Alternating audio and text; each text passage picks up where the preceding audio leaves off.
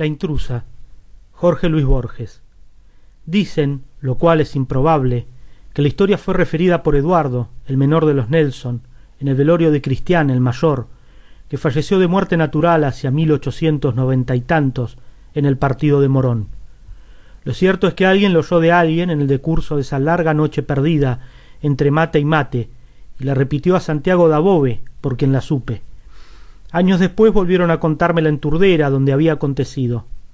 La segunda versión, algo más prolija, confirmaba en suma la de Santiago, con las pequeñas variaciones y divergencias que son del caso. Le escribo ahora porque en ella se cifra, si no me engaño, un breve y trágico cristal de la índole de los orilleros antiguos. Lo haré con probidad, pero ya preveo que cederé a la tentación literaria de acentuar o agregar algún pormenor. En Turdera lo llamaban los Nielsen. El párroco me dijo que su predecesor recordaba, no sin sorpresa, haber visto en la casa de esa gente una gastada Biblia de tapas negras con caracteres góticos. En las últimas páginas entrevió nombres y fechas manuscritas. Era el único libro que había en la casa. La azarosa crónica de los Nielsen, perdida como todo se perderá. El caserón, que ya no existe, era de ladrillo sin revocar. Desde el zaguán se divisaba un patio de baldosa colorada y otro de tierra. Pocos, por lo demás, entraron ahí. Los Nielsen defendían su soledad.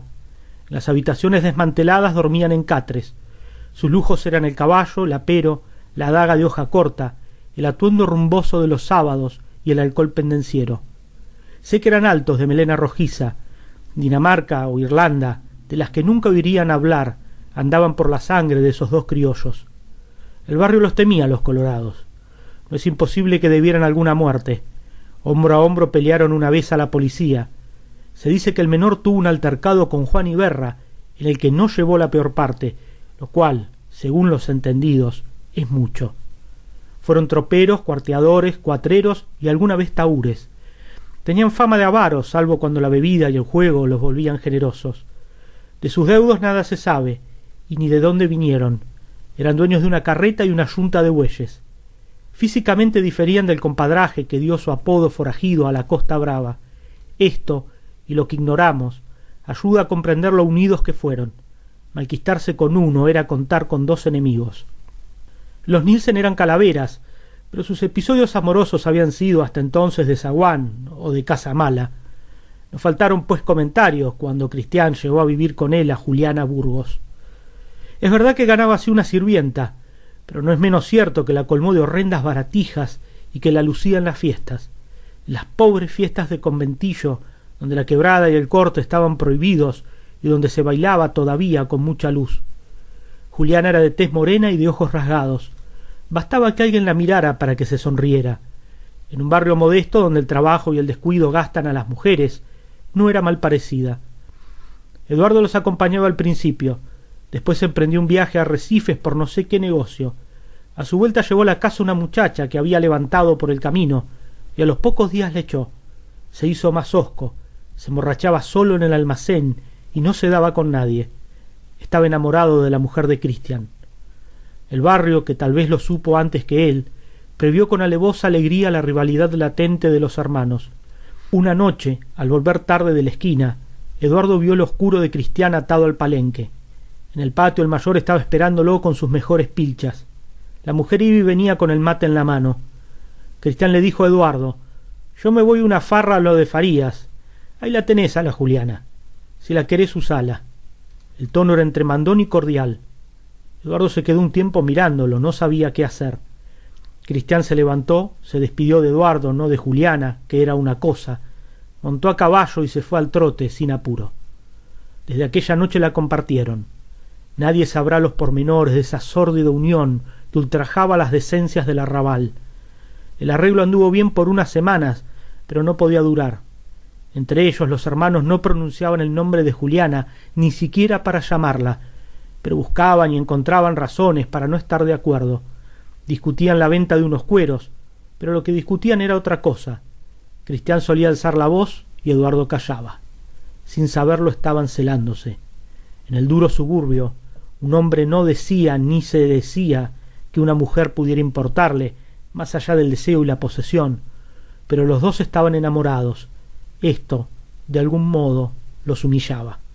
Una tarde en la plaza de Lomas, Eduardo se cruzó con Juan Iberra, que lo felicitó por ese primor que se había agenciado. Fue entonces, creo, que Eduardo lo injurió. Nadie delante de él iba a hacer burla de Cristián. La mujer atendía a los dos con sumisión bestial, pero no podía ocultar alguna preferencia por el menor, que no había rechazado la participación, pero que no la había dispuesto. Un día le mandaron a la Juliana que sacara 2 sillas al primer patio y que no apareciera por ahí, porque tenían que hablar.